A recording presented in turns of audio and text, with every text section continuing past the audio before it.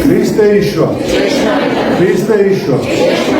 ილოცავთ დღევანდელ დღეს დავასდავესოთ ერთობით, სიხარულით, სიკეთით, ბედნიერებით, წინსვლით, მშვიდობით, ერთობით, ერთსულოვნობით და რა თქმა უნდა ღმერთთან ჰარმონიაში და მისი ნების აღმასრულებლები ყოფილიყავით ყოველთვის სიხარულში და სიკეთეში. ვიხაროთ უნდა ყველა, იმიტომ რომ ხარობს დღეს მთელი ცა, ხარობს დღეს მიწა, ხარობს მთელი დედამიწა. დღეს არის უდიდესი დღე, ამაზე დიდი დღე, როგორც ასაში კაცობრიობის ისტორიაში არ არსებულა. არ არსებულა, იმიტომ რომ ეს არის ნუგეშის მომცემი დღე. ეს არის ის დღე, როდესაც ახდა ფაქტიურად მთელი წინასწარმეტყველება. ძველი აღთქმის, როდესაც მთელი კაცობრიობა მოელოდა ხსნელს, ცხებულ ხსნელს, იესო ქრისტეს, მოელოდა ღმერთს, განხორციელებას. და სწორედ დღეს არის ის დღე, როდესაც არის შობა უფლისა, ღვთისა და მაცხოვრისა ჩვენისა, იესო ქრისტესი. ღმერთმა ინებოს, რომ დღევანდელი დღის მადლით შობილი იყოს თითოეულ ჩვენთაგანში იესო ქრისტე, ნუგეშინის მცემელი, შობილი იყოს ჩვენში ისეთი მადლი, ასე ვთქვათ, და ისეთი სასოება, რომ ყველას გვეგრძნოს თავის სწორედ ის მიზანი, რისთვისაც იშვა ქრისტე. და მიზანი არის, რომ შვილად ღვთისა ვიქცეთ სულელანი. სწორედ ჩვენს თაობას, ქრისტიანების თაობას მოგვეცა ჩვენ ის ასეთი ტიტული, ასე ვთქვათ, შეიძლება ითქვას, ასეთი უფლება, ასეთი მოცემულობა, თუ შეიძლება ითქვას, რომ ჩვენ ყველანი ვამბობთ საუფლო ლოცვას მამაურ ჩვენოს, ანუ მამად ხადით, ესე იგი ღმერთს, შესაბამისად თითოეული ჩვენთაგანი, ვინც ღმერთს მამად ხადის და იესო ქრისტე ძედ მიაჩნია და სრულიწმიდა არის მისთვის ნუგეშინის მცემელი ღმერთი, სწორედ ეს ადამიანები ვართ ჩვენ შვილნი ღვთისანი, გამიგეთ და ქრისტეს მეგობარნი ვართ. ანუ ეს უნდა დავაფასოთ, ეს უნდა გავიაზროთ, ეს უნდა გავიგოთ და უნდა მივხვდეთ მაგას, რომ ჩვენ არა მხოლოდ სიხარული მოგვეცა ღვთისგან, იმისა რომ ვიყოთ შვილ ღვთისა, არამედ გვაქვს ჩვენ პასუხისმგებლობა. და პასუხისმგებლობა სწორედ მდგომარეობს იმაში, რომ ერთის მხრივ დავინახოთ ის სიკეთეები, რაც ღმერთმა მოგცა და დავინახოთ ჩვენ არა მხოლოდ თვალით, ყურით, დაუშვათ გონებით, არამედ დავინახოთ მთელი გულით და გავიაზროთ გულით რა სიკეთეები მოგვეცა და შემდეგ უკვე მივყვეთ და აღვასრულოთ ის სიკეთეები. როგორ შეიძლება აღსრულება სიკეთის უფალი ბრძანებს, რომ ესე იგი ჩვენ თუ გვინდა რომ ვიყოთ მიმბაძავნი, ესე იგი იმ ჩვენი დიდი წინაპარი ქრისტიანებისა, უპირველეს ყოვლისა ჩვენ უნდა ვიყოთ აფსარებლები, მაზიარებლები და ქრისტიანული ცხოვრების წესით მცხოვრებლები. თუ ეს კომპონენტები გვაკლია, იმ შემთხვევაში ჩვენ შვილნი ღვთისანი ვერავართ და ამას სამწუხაროდ მივხვდებით, როდესაც გარდაცვალების ჟამი დადგება. მაგრამ თუ აღმასრულებლები ვარ ჩვენ ამისი, მაშინ ჩვენ დღეს უნდა გვიხაროდეს უზომოდ და გვიხარია კიდეც. ზოგადად არა მარტო საქართველოში, საქრისტიანოში, მთელ მსოფლიოში ხალხს აქვს დავიწყებული სიხარულის გრძნობა. აი სიხარული იმდენად დეფიციტი გახდა, რომ ადამიანებისთვის სიხარული არის რაღაცა ისეთი გრძნობა, რომელიც იციან მის შესახებ, მაგრამ არ უგრძნიათ. გაუგიათ თაფლი, როგორი გემოსი არის, მაგრამ არ უგემიათ. აი ესეთები არიან დღეს ზოგადად ქრისტიანები ძირითადად. და ჩვენ უნდა ვისწავლოთ ის სიხარულის მიღება, რომელიც სიხარულსაც ჩვენ ასე უვლებად და დიდი წყალობით გვაძლევს ღმერთი. მაგალითად, რა სიხარული არის დღეს, როგორ ვიხაროთ დღეს? ვიხაროთ ჯერ ზეცასთან ერთად, როდესაც ჩვენ ესე იგი წემსები მივიდნენ, წემს უბრალოდ სახვიმილავზე იყვნენ და იქ გამოეცხადათ მათ ანგელოზები და საანგელოზთა და გალობა ისმინეს. ჯერ სიხარული მახარებლები იყვნენ ანგელოზები, ჯერ სიხარული მიეცათ მათ, რომ იშვა მხსნელი ჩვენი ცხოვრებისა, ცოდვათა გამომხსნელი და შემდეგ მათ მოესმათ ანგელოზთა გალობა, დიდება, მაღალთა შინა ღმერთსა, ქვეყანასა ზედა მშვიდობა და კაცთა შორის სათქმოება. შემდეგ მიეცათ მათ მისამართი ადგილი, სად უნდა მისულიყვნენ. და თითოეულმა ჩვენთაგან უნდა ვიხაროთ იმ ფაქტით, რომ ის წყემსები ჩვენა ვარ, ჩვენ გამოგვეცხადა ის ანგელოზები, ჩვენ მიგვითითა, რომ სად უნდა მივიდეთ და უნდა მივიდეთ ჩვენ როგორც წყემსებმა მიაგნეს საუფლო ბაგას და ჩვენც ასევე უნდა ვიხაროთ წყემსებთან ერთად. რითი უნდა ვიხაროთ, რომ იმის მოლოდინში, რომ რაღაცა უდიდესი საიდუმლოება აღესრულა, ღმერთი განხორციელდა და ანგელოზთაგან მიეცათ მათ მისამართი, სად უნდა მისულიყვნენ და იმის მოლოდინში რას ნახავდნენ იქ, რა დახვდებოდათ იქ. იმის მოლოდინში იყვნენ დიდი სიხარულით აღსავსენი და გარკვეული თრთოლაც ჰქონდათ შინაგანად, მაგრამ მივიდნენ და ამ დროს რას ხედავენ?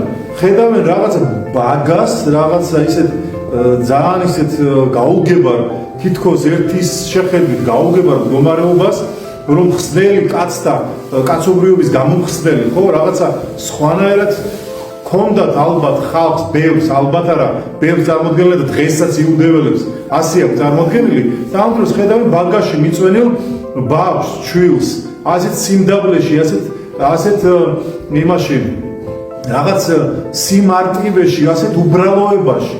გამიგეთ და წყემსები იმდენად შინაგანად მზად იყვნენ, რომ შეეცნოთ ღმერთი, რომ დაინახეს ამ მდგომარეობაში, მაცხოვარი იგრძნეს, შეიმეცნეს ის მადლი და ესე იგი დაეცნენ და თაყვანისცეს მას. აი ზუსტად ასევე არის თითოეული ჩვენთაგანი. თუ მივიახლებით ღმერთს უბრალოებით, სიმარტივით, გამიგეთ ისეთი რაღაცა სიმდაბლით, რაც უმთავრესი არის, როცა მივიახლებით ჩვენი არარაობით, ჩვენი დაცემული ბუნების აღიარებით და აღქმით, რომ მივიახლებით ღმერთს, მაშინ შევიგრძნოთ ჩვენ ზუსტად სად არის ღმერთი და ესე იგი როგორი არის მისი სიდიადე, როგორ უბრალოებაში აღმოწყინდება იგი. აი თითოეულ ჩვენთაგანს გვევალდებულებს დღევანდელი დღე, რომ პირველ რიგში რაც ყველაზე მთავარია, რომ ხალხმა, ადამიანებმა გავიხსენოთ, რომ ჩვენ შეგვიძლია სიხარული და სიხარული არა მარტო იმითი რაღაცა მატერიალური შეძენით, ან რაღაცა მატერიალური პრობლემების გადაწყვეტის სიხარული, ეს სულ სხვა სიხარული არის. ჩვენ შეგვიძლია ყველანი მოწოდებული ვართ, რომ ღვთაებრივი სიხარულით ვიხაროთ. ამიტომაც გვაქვს ჩვენ მოცემული საღმრთო წიგნი, რომელსაც ქვია სახარება. გამიგეთ, იმიტომ რომ სახარება არის მოსებული ხარებისთვის მოგვეცა.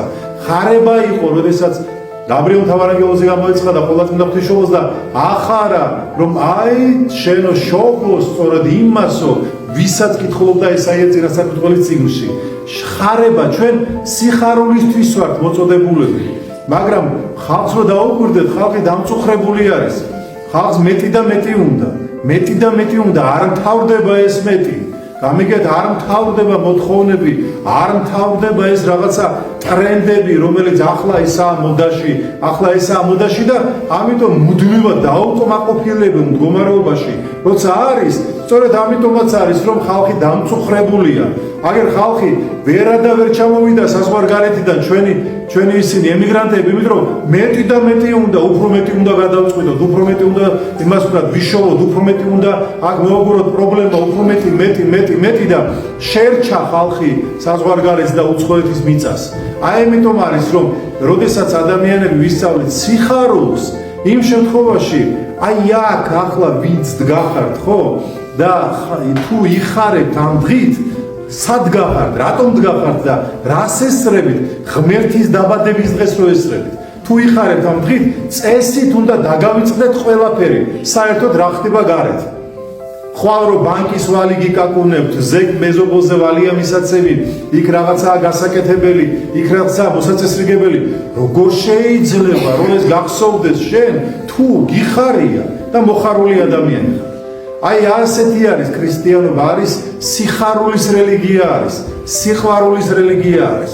მაგრამ იმისათვის რომ მიაღწიო, მიწვდე ამას ყველაფერს, ამისთვის უნდა იყო შენ ქრისტიანი, ქრისტე უნდა გიხაროდეს და ქრისტე უნდა გიყვარდეს.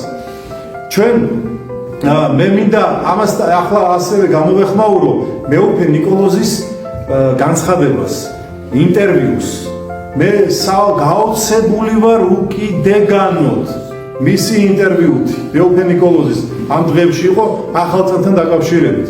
მან თქვა, რომ ესე იგი პატრიარქმაო წელსო არ მიულოცაო ხალხსო, ეს იყო ჩანაწერიო და არ მიულოცა იმიტომ, რომ ბოლოს და ბოლოსო გავიგოთო ყველამო, ესე იგი რომ 31 დეკემბერი 1 იანვარი არ არის ახალი წელი, ეს არისო, ესე იგი იანუსის თაყვანისცემა. მეგონი მან თქვა თუ სხვა თქვა კიდევ ეს იანუსი თუ მან თქვა არ მახსოვს, მაგრამ ამიტომ რომ ბოლოს და ბოლოს უნდა გამოვიდეთო. ჯერ იყო 7 ანუ შობა და მერე იყო 7 დღეში 14 იანვარს უკვე შემოდის ახალი წელი. ანუ ქრისტეს შობიდან შემოდის ახალი წელი. მე საოცრად გაოცებული ვარ, ესე იგი მე უკვე ნიკოლოზის ამ სიტყვებით გაოცებელი რა დონეზე იცით ეს რომ მოვისმინე სიხარულის რევლები წამომევიდა. იმდენად გაოცებული ვარ რა და ამას მე ალბათ თქვენ გახსოვთ ხო ამ 1 იანვართან იანუსთან დაკავშირებით რა ვიცი 10-15 წელი არის მაგას ვიძახი სულ რომ ეს არ არის ჩვენი დღესასწაული. ჩვენ უნდა ეს დღესასწაული უნდა რაღაცნაირად აი გადავაბოროთ ყურადღების გარეშე და ამიტომ რომ თქვენ ზუსტად გაიგოთ რასთან გვაქვს საქმე გვითქვამს ადრე და კიდევ ერთხელ მინდა გითხრათ რომ ძველ რომაელებს ჰქონდათ ყოველთვიური სხვადასხვა დღესასწაულები სხვადასხვა ღვთაებებს სცემდნენ თაყვანს და ყველაზე უფრო ძლიერი ყველაზე უფრო მათთვის პატივსაცემი ყველაზე მეტად თაყვანსაცემი და ასე შემდეგ იყო ესე იგი იანუსი, ეგრეთ წოდებული ჯვარი აქაურობას, ესე იგი ერთ-ერთი ეშმაკი სახელი. და იანუსი იყო ზუსტად ის, რომელიც 1 იანვარს შემოდიოდა ღამის 12 საათზე 31 დეკემბერს. შემოდიოდა და ქრისტიანობა რომ შემოვიდა უკვე რელიგიად მსოფლიო მოიცვა უკვე ქრისტე გავრცელდა ქრისტიანობამ ყველა დღესასწაულები ეს წარმართული გაანადგურა, მოხსნა, ჩახსნა, ასე ვთქვათ, მოიცილა, მაგრამ ვერ მოერია, დღემდე ვერ მოერია იანუსის ღვთაების თაყვანისცემას. ჯერ მე მინდა რო არ გამორჩე საქმე მინდა წაგიკითხოთ. ესე იგი იანუსი ზოგადად რა იყო? როგორ აღიქვამდა მას კაცობრიობა და მე გეტყვით რომაელები როგორ ხვდებოდნენ მას და მე გეტყვით მე თქვენ თვითონვე გაავლეთ პარალელებს როგორ ხვდებით ჩვენ მას. პირველ ესე იგი იანუსი ძველი რომაელი იტალიური ღვთაება რომლის სახელი წარმოსდგება ლათინური სიტყვიდან ჯანუა ესე იგი იანვარი იანუსი იანვარი სწორედ სიტყვა იანუსიდან მოდის. თავდაპირველად იანუსი სინათლისა და მზის ღვთაება იყო, რომელიც ხსნიდა ზეციურ კარიბჭეს, რათა იქიდან დედამიწაზე გამოეშვა დღე. შეღამებისას მას ეს კარიბჭე უნდა ჩაერაზა. მოგვიანებით იანუსი შესავალთა და გამოსავალთა ღვთაებად იქცა. მას ეძღვნება ყველა კარიბჭე თუ გადასასვლელი. ხშირად იქ მისი ქანდაკებები იდგმებოდა. ძველ რომში, სადმე გადასასვლელი კარები თუ იყო, ყველგან იანუსებს დგამდნენ. იანუსი ითვლებოდა დასაბამთა ღვთაებად. წარმოიდგინეთ, ესე იგი, ყველაფერი მოიცვა ამან. ლოცვებში პირველად მის სახელს ახსენებდნენ ძველი რომაელები. ძველების რწმენით იანუსია შემოქმედიც ადამიანისა, რომელმაც გააცოცხლა დედამიწა. ანუ ეს ღვთაებრივი ფუნქციებიც მიიწერა. ამას უკავშირდება მისი ეპითეტი მთესველი. იანუსს მიიჩნევდნენ ლატიუმის პირველ მეფედ, რომელიც იანიკულების ბორცვზე სახლობდა. მას მიეწერება ყოველი მდინარის, ნაკადულისა თუ წყაროს აღმოდინება. აქედან გამომდინარე იანუსის მეუღლეა წყალთა ნიმფა იუტურნა, მისი შვილია ფონსი, წყაროთა და შადრევანთა ღვთაება. მითოსის ზოგი ვერსიით იანუსის მეუღლე ზღვის ღვთაება ბენილიაც იყო, ესე იგი წარმოდგენილი. იანუსი გზათა და მოგზაურთა მფარველიც იყო.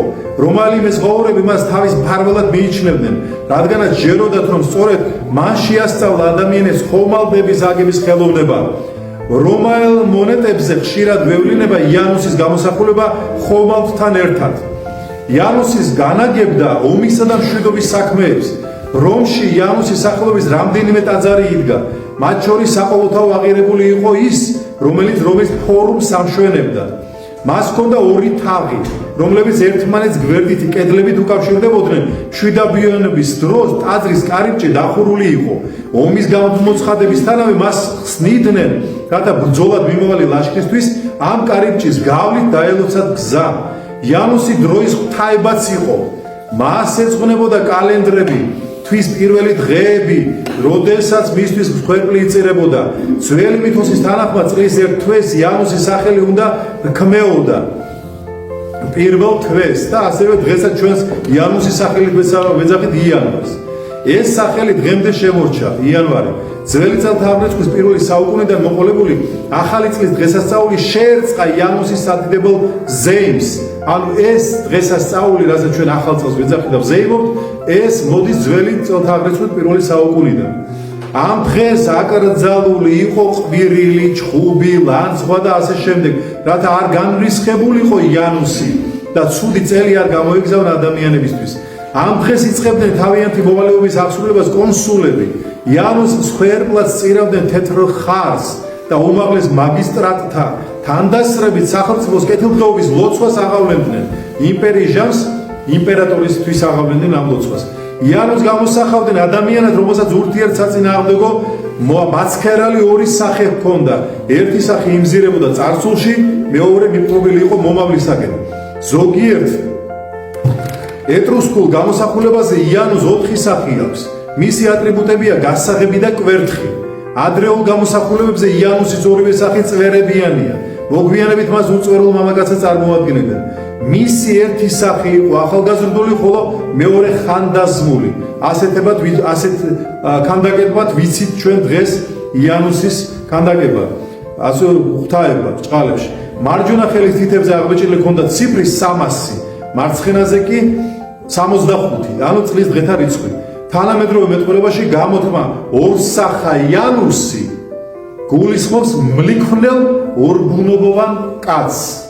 ანუ იანუსი არის ის ადამიანი, ის ღვთაება, ანუ ბრჭყალებში რა თქმა უნდა ის ეშმაკი, ის კერპი, რომელმაც ჩაინაცვლა აბსოლუტურად ყველა საფრთხო საწყისები.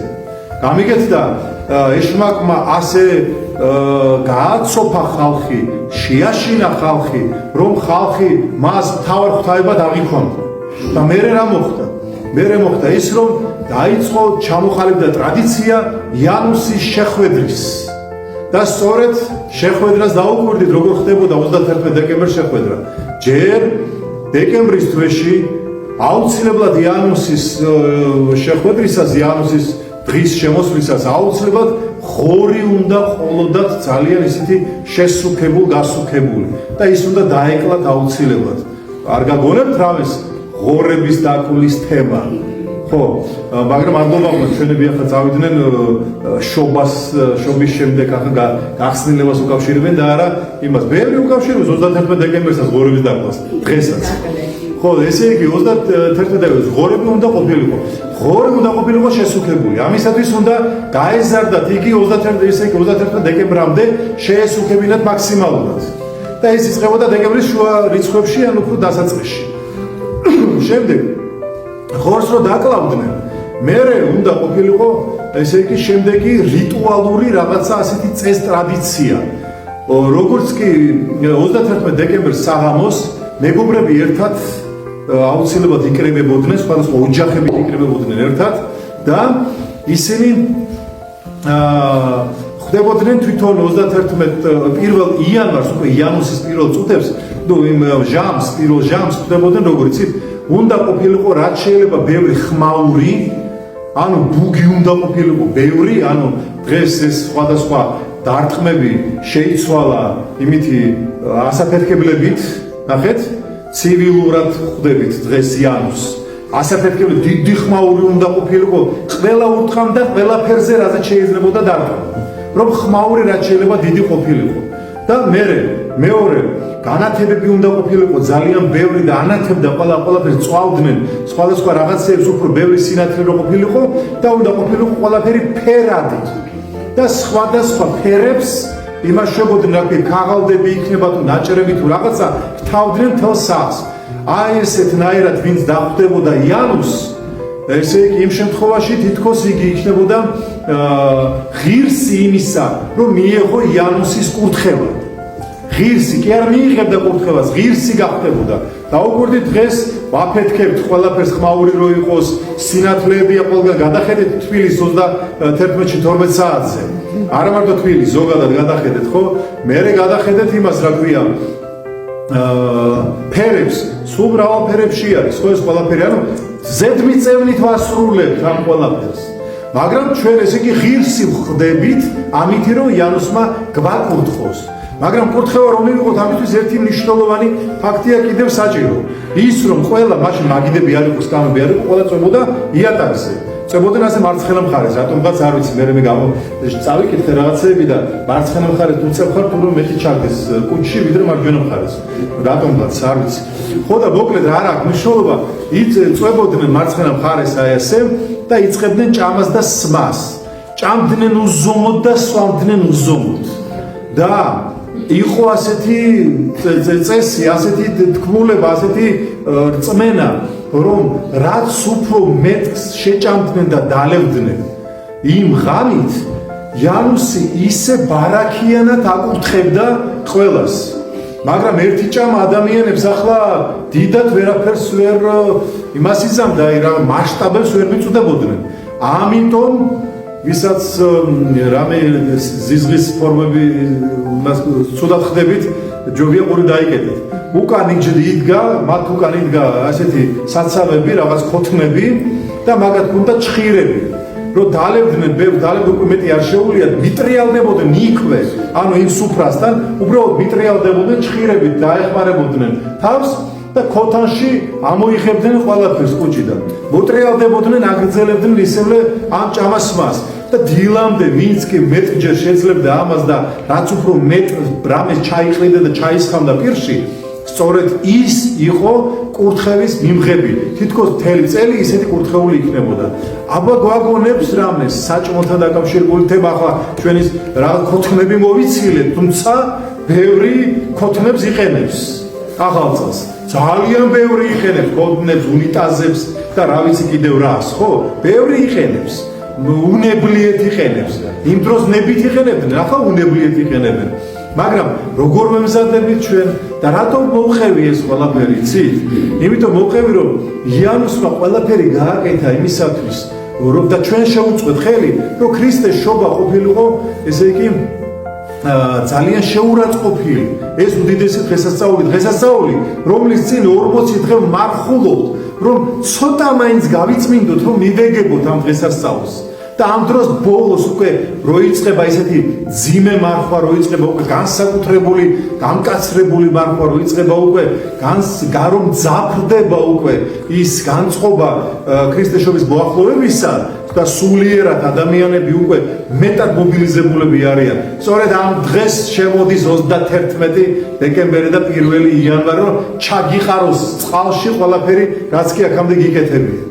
აი ეს არის რა, აი ეს არის და სწორედ ეს გამიხარდა მე რომ პატრიარქმა თქვა თავისი პირით, თქვა რომ ეს ყველაფერი ფაქტიურად არის ესე იგი კერპთა თაყვანისცემა და ყველამ უნდა შევეცადოთ რომ მოვიცილოთ იანუსი ჩვენი ცხოვრებიდან. ახლა უფრო თამამად ვლაპარაკობ ამას, იმიტომ რომ მიტროპოლიტმა თქვა ეს ამბავი და მანამდე არ ვიცი, არ მესმოდა და მე სადღაც იქ კნაოდი ამაზე და იქვე ჩვენ შერჩებოდა. აგერ ამ დონეზე პატრიარქმა არ მიულოცა და მიტროპოლიტმა თქვა, რა გახარებული ვარ, ვერ წარმოვიდგენთ რა და კიდევ ერთს მინდა გაუსვა ხაზი. რამდენიმე წელია ადრე სულ ამბობდი რომ ნაძვისხე არის ძალიან ცუდი წარმომავლობის რა. მიუხედავად იმისა, ბევრს აქვს რაღაცა ცრუ წარმოდგენები, ნაძვისხე არასოდეს არ ყოფილა პალესტინაში. არასოდეს არ ყოფილა იქ სადღაც ეგვიპტის მიდამოებში არ ყოფილა ეს ნაძვისხე ფიზიკურად ვერ გაიზრდებოდა და შესაბამისად არც ყოფილა ის ფაქტი, როდესაც გაქცეული ასე ვთქვათ ყოვლადწმინდა ღვთისმშობელიო გაქცეულიო მაგრამ იესოსთან ერთადო შეიფარავდა რაღაცა ტყუილია ეს ყველაფერი არის ტყუილი ნაძვისხე ჯერ ერთი და არ გაქცეულა, ეს იყო ერთი შემთხვევა, როდესაც დღეს იყო ეს შემთხვევა, დღევანდელ დღეს იყო, როდესაც დატოვა იოსებმა შორი ახლოს ბეთლემთან დატოვა. გამიგეთ და თვითონ წავიდა ადგილის მოსაზიებლად.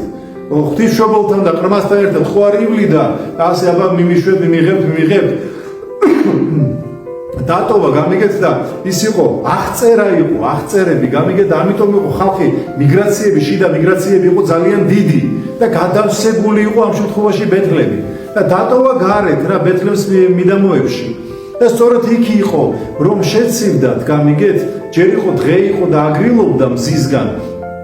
ჩრდილს უქმნიდა, ახლა სიცივე როგორც ასეთი არ იყო, მაგრამ ასე აგრილობდა მზისგან, მზის სხივებისგან და მე ღამე კიდევ შეფუთა თითქოს აი თავის ფოთლებში, ეს იყო ეგრეთ წოდებული ლეღუსულელი, ასე ქვია, ლეღუსულელი ხე. და ის ხე დღესაც ცოცხალია, აიკუთვნის თუ არ ვცდები ინგლისელ ვიღაცა თანამედროვე ენით ბიზნესმენს საქმოსას, რომელიც თავის მიდამოებში აქვს წერილი, გარე შემოწერილი, ესე იგი ღობეში თუ გალავანში აქვს და ხალხს ურიგებს იმ ფოთლებს რწმენით, ვინც მიიახლება იმ ხეს. ეს იყო ლეღუსულელი. გამიგეთ და შესაბამისად ეს მითების რაღაცა დამახინჯება, მოგონება ძალიან დიდად შემოვიდა ხალხში, იმიტომ რომ ბოროტი უწყობს ამას ხელს. და ვითომ აქედან გამომდინარეო, ნაძვის ხეს ჩვენო პატივს ვცემთო და რაღაცა უნდა შევხვდეთო და ახლა ბუნებრივია ეშმაკეულით შეხვდება, ხო? იანუსი ეშმაკი ღვთაებას, რა თქმა უნდა გაუხარდება, რომ ეშმაკეული, ესე იგი, ანუ სიცრუე იყო ჯერ ერთი ნაძვის ხე, თუმცა კიდევ უფრო ღრმად თუ ჩავწუდებით დღეს მაგის დრო არ არის, თვითონ ნაძვის ხის თაყვანისცემა სხვა რიტუალებთან და უფრო შორს მიმავალი ფესვები აქვს მაგას. იმაზე არ ვიტყვი, როგორ იწყობა ნაძვის ხე, საიდან მოდის ეს ტრადიცია, რაღაცა ჩამოკიდებების, რაღაცა უსულო რაღაცა ნივთების და ასე შემდეგ და ის რაღაცა თეთრი, ну მოკლედ, ეს ცალკე თემა არის, ცოტა სხვა დრო ჭირდება მაგას და ნაძვის ხე არ არის ჩვენ და სულ მქონდა პროტესტი. ნაძვის ხესთან დაკავშირებით და განსაკუთრებით პირველი პროტესტი, როცა პირველადი მოთხოვნის, ასე ვთქვათ, ყველაზე უფრო კაცრად მოთხოვნადი ინსტიტუტიდან თუ ასე დავარქვევთ, თუ როგორ თქვა, აი საპატრიარქოდან იყო ჩემთვის ძალიან ესეთი გულდასაწყვეტი ხოლმე ნაძვის ხეს და ჩიჩილაკს ერთად რო ხედავდი.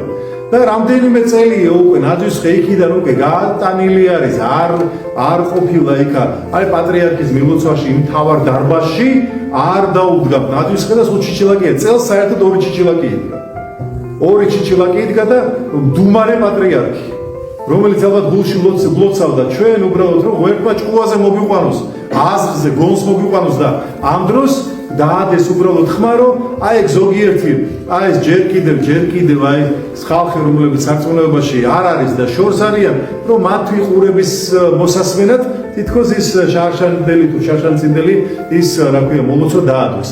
ასე რომ ნაძვის ხეები ხო უნდა მოვშალოთ, გადავაგდოთ, უნდა არ შეიძლება. ჩვენ გვაქვს ძალიან კარგი, თუ მაინც და მაინც გვინდა ეკლესიასთან კავშირი მაგას არ აქვს, იზამ თუ არ იზამ, თამაში ცოდვა არ არის არაფერი. მაგრამ კაი ტრადიცია გვაქვს ჩიჩილაკის. აი ბასილი დიდის წვერი. მე კიდე მივემსგავს წვერის სიდიდით და ესე იგი ბასილი დიდის წვერი ეს არის სწორედ ბასილას წვერი ქვია სხვანაირად ჩიჩილაკს, რაც გვითქვამს არაერთხელ. და ბასილას წვერი მე ახლა მოვიწოდებთ, გაგახსენებთ და თქვენ დაიმახსოვრეთ, რომ თუ კიდე ერთი შაბათი კვირა გვაქვს იქამდე, მაგრამ რო არ გამორჩეს, უნდა შეამკოთ საერთოდ ბასილას წვერები, ესეთი ტრადიცია კარგი ძალიან და რაც კარგია და ესეთი არის მიღებული არის ქრისტიანულ სამყაროში, იგი მადლიანიც არის.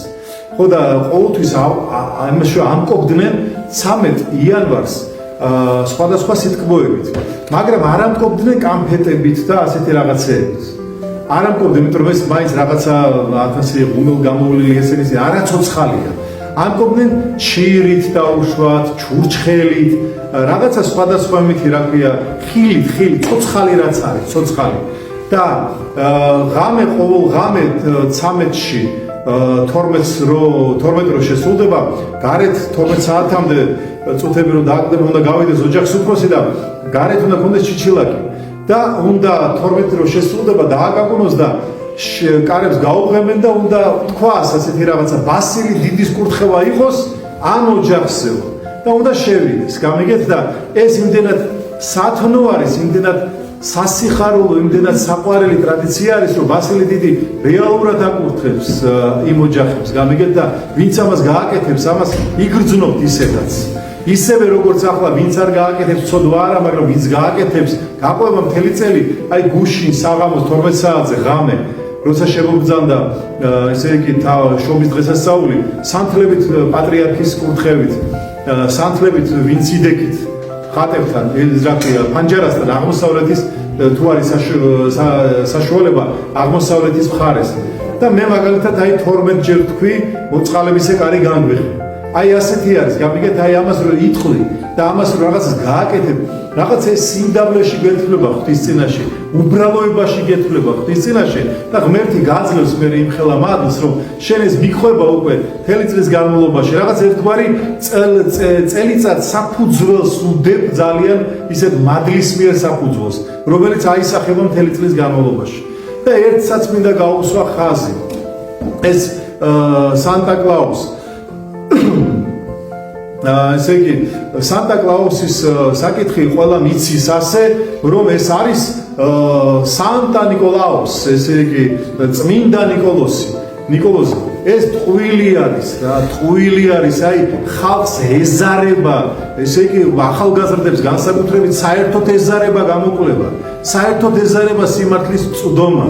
და საერთოდ და დაჩლუნგებ განაზრების უნარი დაკარგული აქვს სამწუხაროდ არა მარტო ახალგაზრდებს კაცო ყველას რო უყურებ გაოგნებული ვარ რომ ვეუბნები რომ რაღაცა არის რაღაცა თემა დაუშვათ არა აქვს მნიშვნელობა რა ვიცი აი ეს არის ხე რომ ვეუბნები მაგრამ ამაზე არ ვფიქრია ეს ხეროა ხო და პირველად რო გაიგებს ეს ხეროა არა ეს ხე არა არის ეს რაღაცა ის არის ქვა არის სიტყვაზე რა აი რაღაც ისე აბსურდული პერიოდი გვიდგას რომ ხალხს ვინც კი ღეჭავს იმ დაღეჭილსაც კი არ ყლაპავს როცა ვაწოდეთ და სანტა კლაუსი ეს არის ესე იგი ჩაწოდეთ ჯერ ერთი ის რა ქვია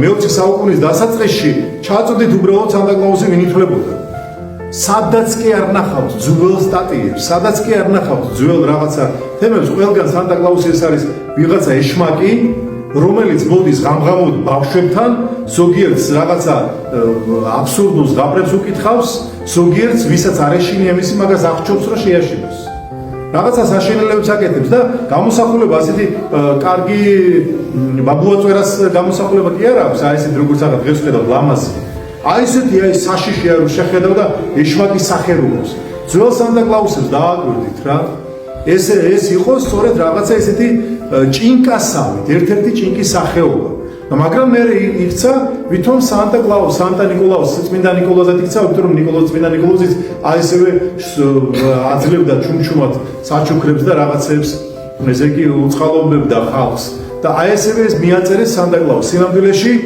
სანტა კლაუს რეალურად როგორც იწერება ის როგორც იწერება ხო არის სატან კლოუზე სატან ესე იგი ეს არის სატანის ბრჭყალი სანტა კლაუს ჩვენ რასაც ვიცნობთ ეს არის სატანის ბრჭყალი აი ესე იკითხება ეს რეალურად ასე რომ ყველაფერი გააკეთა ბოროტმა დაძვის ხე შემოგვიგდო იანუსის თაყვანისცემაში და ხო დათვრება მე ეს ხალხი კაცო 31-ში და მე ახველიაზე ხონდა გამოვიდნენ კიდევ ამას კიდევ დრო ჭირდება ამას კიდევ დღეები ჭირდება და ვისახსო შენი შობა და შობა მხოლოდ და მხოლოდ რისთვისაა იცით რომ მორიგი მიზეზი იმისთვის რომ კიდევ დათვრეს და მე ახალი წელი რომ მოვა ნამდვილი ახალი წელი 14 იანვარი აი მაშინ კიდევ მიზეზია მაგისთვის კაცო რატომაც არა კაცო ეს ხო ახალი წელია კაცო. გამიგეთ აი აბსურდს დაუკვირდით რა. ჯერ მარხვას ტეხავს ხალხი, მერე შობასაც ისე პახმელიაზე ხვდება ნაბახუსები, ხო? და მერე არ ფხიზლდება სადღაც ეგერე 19 იანვრამდე, არ ფხიზლდება 19-ში როგორ უნდა დალიო ხლა. ის არის ნახლისღება არის კაცო, როგორ მადლია, შეგერგება ეს ყველაფერი, გაიგეთ? აი ესეთ აბსურდამდე ჩამოვიდა და აი უწმინდესის ლოცვა-კურთხევა, როგორც ახლა თუ იქნა ასეთი, რომ ჩვენ დაუბრუნდეთ ნამდვილ ჭეშმარიტ ქრისტიანობას, რომ მოვემზადოთ ქრისტეს შობისთვის 31-მა ღამემ ჩაიაროს ისე, რომ არც კი იგორძნო, როგორც ჩვეულებრივი რიგითი დღე, რომ ჩაიაროს, ხო? აი მე ლექსებსაც უძღვნიდი თუ გახსოვთ ყველა ტრადიციულად ყველა 31 დეკემბერს თუ 1 იანვარს ლექსებს წერდი, როგორ თაყვანს სცემენ ხალხი ჩინურ იმას, რა ქვია, ჰოროსკოპს. როგორ ცემენ თაყვანს, ახლა გველის წელი შემოდისო, გველისო და ის რო არის ერთი აჩქებიანი კაცი, ერთი საწყალობელი, ერთი ამდენი სული აქვს დაღუპული, მაგას რა ვიცი, ჯოჯოხეთში ალბათ ურმარლით ევლობდებიან, თუ არ შეინანა. აგვარისა,